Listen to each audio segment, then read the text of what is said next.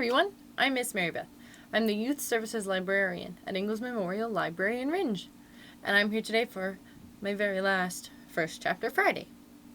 I like First Chapter Friday because I'm introducing you to a middle grade novel that maybe you haven't heard of, or maybe you have, but we're going to read the first chapter of the novel in the hopes that it will get you excited and make you want to come to the library to check it out yourself. So for the last First Chapter Friday,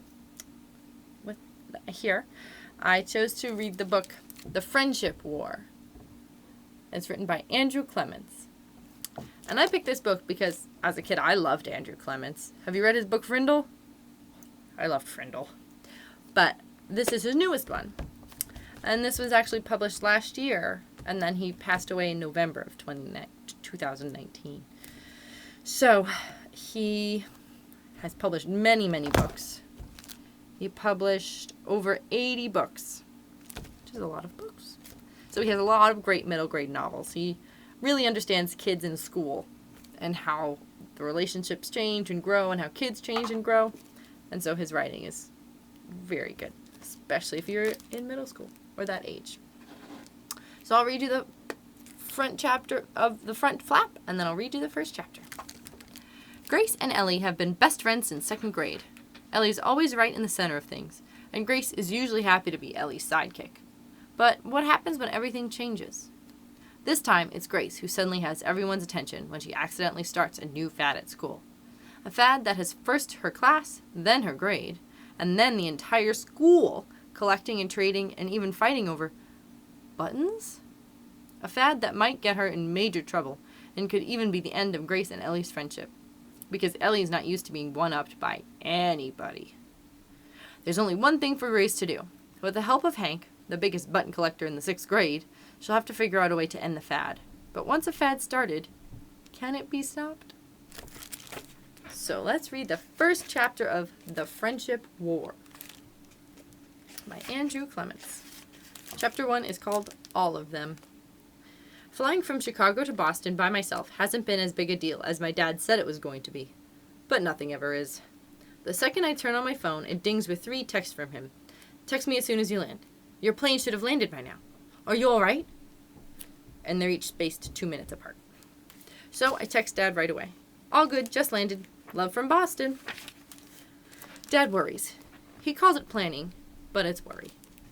Mom worries less because she knows I don't do dumb stuff. Not on purpose. My brother, Ben, knows that too. Actually, Ben understands me pretty well. I understand him totally, which isn't that hard. He's 15, and he mostly thinks about 2 things: girls and music. Ben's music isn't rock or jazz or rap.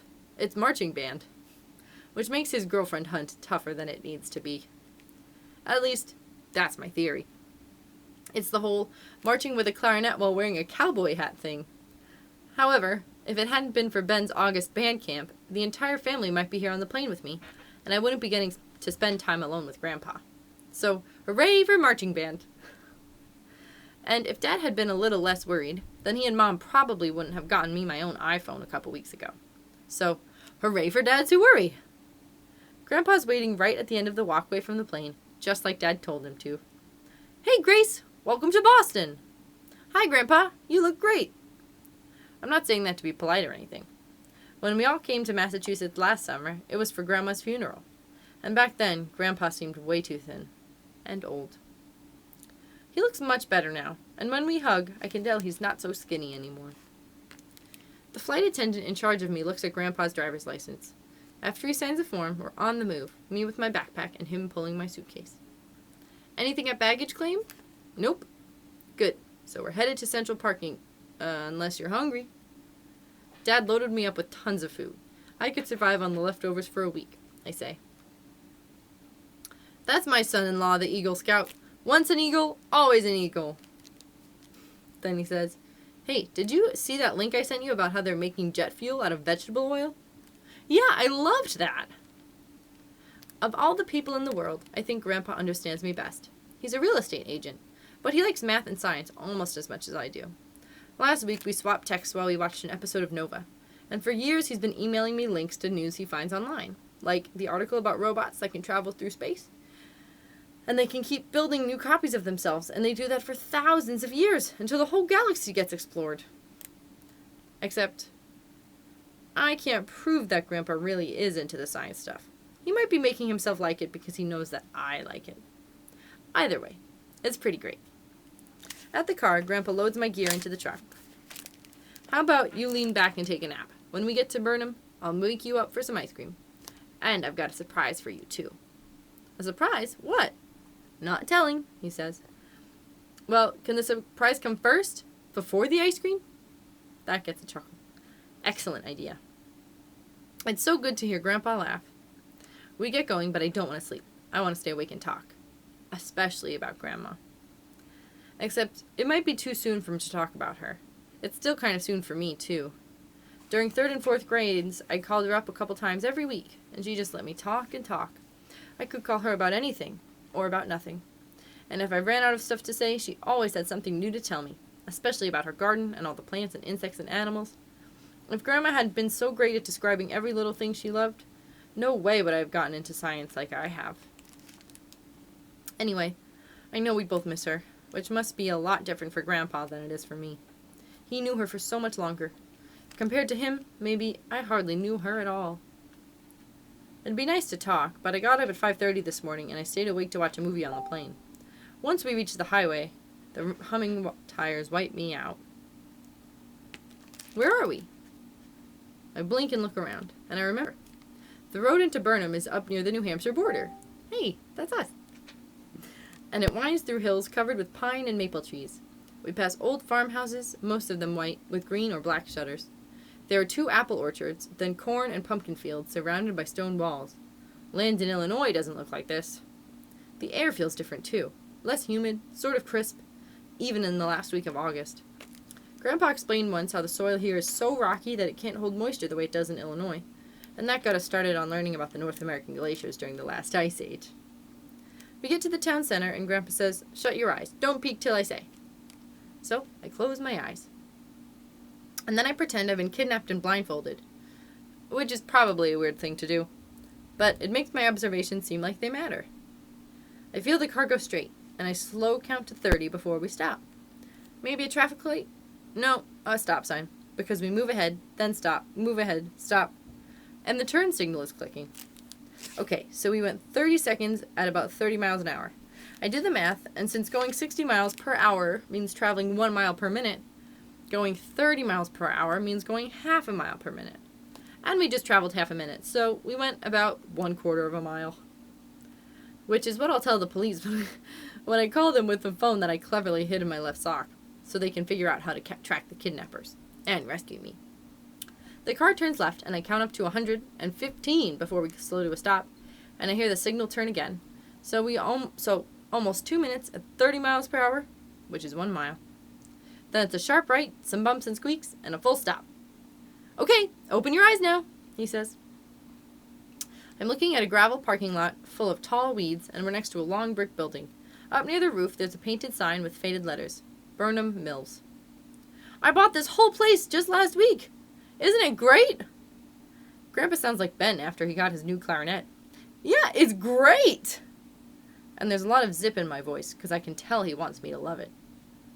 But as I'm snapping with my pictures with my phone, all I'm seeing is a good spot to make a zombie movie. Or hide a kidnapped girl. The windows on the 2nd floor of the building are boarded up, and the 2nd and 3rd floor windows are mostly broken. The brick walls are covered with graffiti. Cracked granite steps lead the way up to metal doors held shut by a rusted chain and padlock. I love this place. It cost me almost nothing, and by next year the 1st floor will be full of nice little shops with beautiful offices and Riverview condos above. Before you go home, I'm going to give you the grand tour, but let's head back to Main Street and get that ice cream. It's funny, but I can't remember Grandpa ever doing something like this before. I thought he just helped other people buy and sell properties. And part of me wonders if he'd be tackling a project like this if Grandma were here. I'm telling myself this is scientific curiosity, but I know I'm just being nosy. A day at the ocean, a day climbing Mount Monadnock. That's us! I've climbed that mountain. Have you? A morning hike around Boston, and an afternoon in the Museum of Science. Grandpa is definitely back, and that makes me really happy. We've been walking so much that I feel like I need a vacation from my vacation. The day before I fly home, we're on the front steps of Grandpa's old building late in the afternoon. He really wants to take me inside the place. Here, put this on. And he hands me an orange hard hat with a headlamp. It's dark in there. Scientifically, I understand that darkness isn't an actual condition. Light is actual, and darkness just means no light. Still, I'm not a fan. It's not dark anywhere, only where the windows are boarded up, and in the stairwells, and down in the basement. He has about 10 different keys on a string, and he's trying to find the one for the padlock on the door. The mill was built in 1849, and along the backside, that's the Kepshaw River. The water turned a huge paddle wheel to make the power. First it was a carpet mill, then a wool and blanket mill, a cotton mill, a shoe factory, and finally a men's and women's clothing factory, which went out of business in 1946. After that, a printer and some small businesses and artists rented space. But it's been empty for almost 15 years, which is why it was so cheap. I'm thinking it would be fine if we just look around the outside of the building, but Grandpa gets the lock open and hands me a canvas shopping bag. What's this for? In case you find something interesting. You can keep whatever you like, he says. Really? Anything? Yep, I own the building and everything in it. I follow him inside and I'm using my phone, sometimes as an extra flashlight, sometimes as a camera.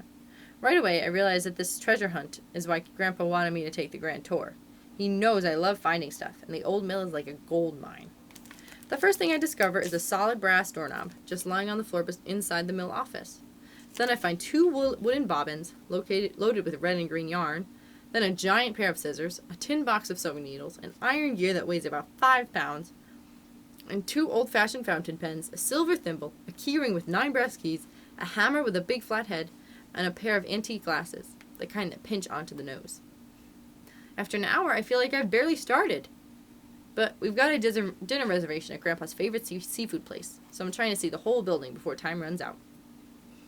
It's after 5 o'clock, and we're up on the 3rd floor, and it's bright and sunny, with sparrows and pigeons flying in and out of the broken windows. There's not much to see. About 20 large wooden tables bolted to the floor, and some rusty sewing machines next to the windows. I'm watching where I step. Bird droppings. I point at a doorway on the far wall. Where does that go? Let's look, he says. It's locked, so Grandpa gets out his keys, and it takes 5 tries to find the right one. I turn on my headlamp and I pull the door open. It's a small storage room. Wooden shelves loaded with cardboard boxes, each one about a foot high and a foot wide. I brush some dust off the spider webs and carry a box out into the daylight of the large room. It's heavy. The paper sealing tape tears away easily, and inside, buttons. Plain dark gray buttons, each a little smaller than a dime. I shove my hand deep into the box, grab some, and pull them up to look. Just like the ones on top. I bring out another box and open it, and then a third. Nothing but more of the same.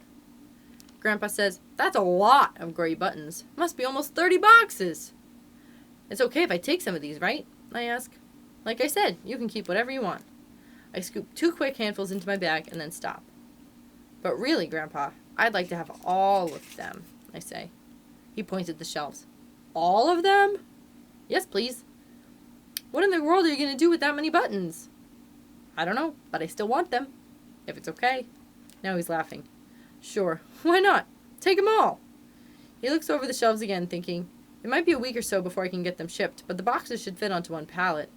And since you are my one and only granddaughter, I will make it happen. I just wish I could be there to see the look on your mom's face when the load arrives in Illinois. Latching onto those buttons? It's not weird. Not for me. And Grandpa knows that. And he knows Mom will understand too. After all, she's the one who stops the car whenever I spot a garage sale. And Grandma? She would have clapped her hands and said, "Perfect." Grandpa has seen my room at home, and how the drawers of my desk are crammed full. Also the top of my dresser, and the tops of my bookcases, and the windowsills. Actually, every flat surface in my room is loaded, including the floor. Feathers, acorns, a really old calculator, seashells, troll dolls, fake jewelry, candles from my birthday cakes, every card and letter I've ever gotten, old movie tickets, marbles, nails, on. And that's just the smaller stuff. I've also got 7 large snow globes, 9 dark blue glass bottles, a globe of the world from 1941, a slide rule in its own leather case, 3 plastic crates of vinyl records, not to mention half a zillion paperbacks and comic books, plus 3 full sets of Encyclopedia Britannica, which I stacked up into the shape of a big armchair. I have a theory about why I collect so many things, which I don't want to think about now. Actually, I've usually got at least 5 or 6 active theories rolling around in my head. Theories about all kinds of stuff. Because whenever I notice something I don't understand, I think of a possible way to explain it. And then I keep track of the facts to test if my theory is right. Which is not some new process I invented. It's called the scientific method. Still, wanting to own a whole storeroom of buttons? I might need to revise my theory about why I love all the things in my room. But I'm not lying to Grandpa. I really don't know why I want all of them. I just do. It feels like an opportunity I shouldn't pass up. Like when I found that 3rd set of Encyclopedia Britannica. And Grandpa gets that. He's still chuckling and shaking his head. I look him in the face. Can I ask a favor? He wipes his eyes with a tissue. Sure. When I get home and I tell Mom and Dad and Ben about your building and everything, I'm not going to tell them about the buttons. Not till they arrive. So, could you not mention them until later? No problem. That's even better. He's laughing again. Grandpa probably thinks I'm going to keep those buttons a complete secret till they show up in Illinois. But that's not quite true. I'm going to tell one other person in exactly 6 days. On the first day of school. And that's the end of chapter 1. Kind of a long chapter, but I liked it because it really introduced us to Grace, our main character. She has quite an interesting mind. I want to keep reading because she seems like a very unique person. I also really like the writing. I like the grandpa so far, and I like their relationship. So I hope you liked it too. I hope you want to come in and check it out. Come check out The Friendship War by Andrew Clements. Thanks for joining me for my last First Chapter Friday. Have a nice weekend.